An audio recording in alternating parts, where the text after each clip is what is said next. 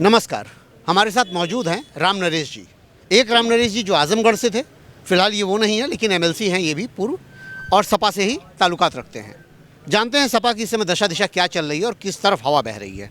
राम नरेश जी, राजपथ पे स्वागत है आपका सबसे पहले, और आप बताइए कि सपा का स्वागत ही हमारा जनपद है। हमारे जनपद में अब आए, मैं सबकी तरफ से, अपने साथियों की तरफ से आपका स्वागत करता हूँ। बहुत बहुत धन्यवाद। आप ये मुझे बताइए कि जो कल रैली हुई है, उससे आप लोगों को कैसा जोश मिला है और किस तरीके से आप लोग उत्साहित हैं?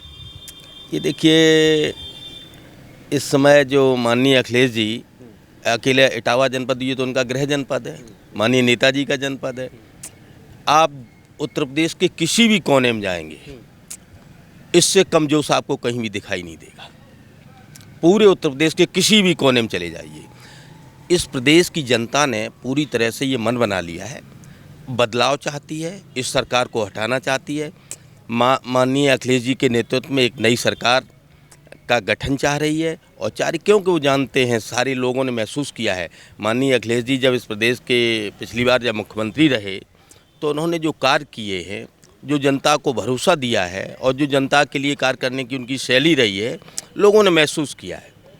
बाकी जो अभी जो जिस दल की सरकार है, उसने तो जनता को 5 साल ठगने के अलावा कोई काम नहीं किया है, जुमलेबाजी के अलावा, झूठ बोलने के अलावा कोई काम नहीं किया है।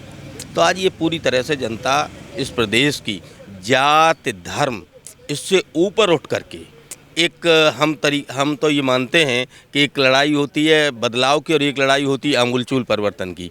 ये जनता अब की बार जो चुनाव लड़ रही है, ये आमूलचूल परिवर्तन की तरीके से लड़ा। जनता जो ये बदलना चाह रही है और जो बदलने का मन बना लिया है, ये मुख्य आधार कौन कौन से आपने सोच रखे हैं? देखिए, मुख्य आधार तो ये है कि आप जानते हो कि एक तो वो होता है कि किसी को, जनता के लोगों को लाभ देना, और एक ये होता है कि लाभ तो छोड़िए, हानि छोड़िए, उनको नेस्त नाबूद करने की नीयत। इस सरकार की जो नीयत है वो बहुत खराब है।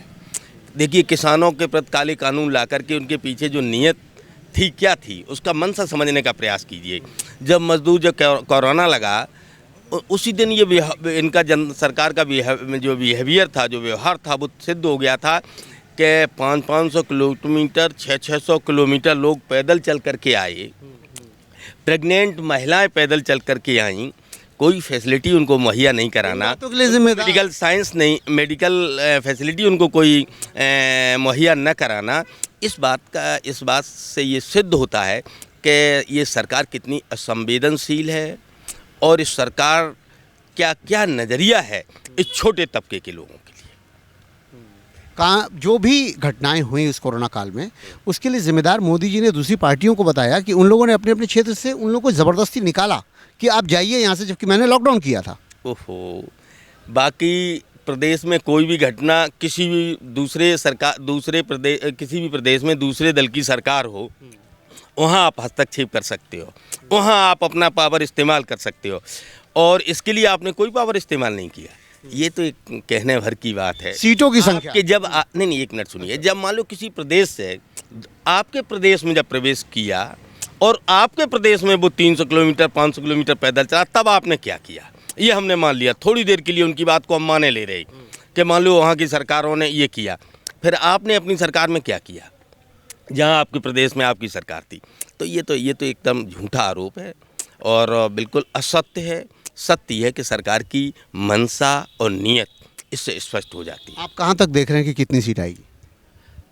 माननीय हमारे राष्ट्रीय अध्यक्ष माननीय अखिलेश जी तो कह रहे हैं कि सारी की सारी सीटें हम जीत करके आएंगे। माहौल तो ऐसा ही है। अब वो, हम कोई भविष्यवक्ता तो है नहीं, ना हम कोई बड़े पामेस्ट हैं, लेकिन हम इतना जानते हैं कि माहौल ऐसा है कि 403 जीतना चाहिए।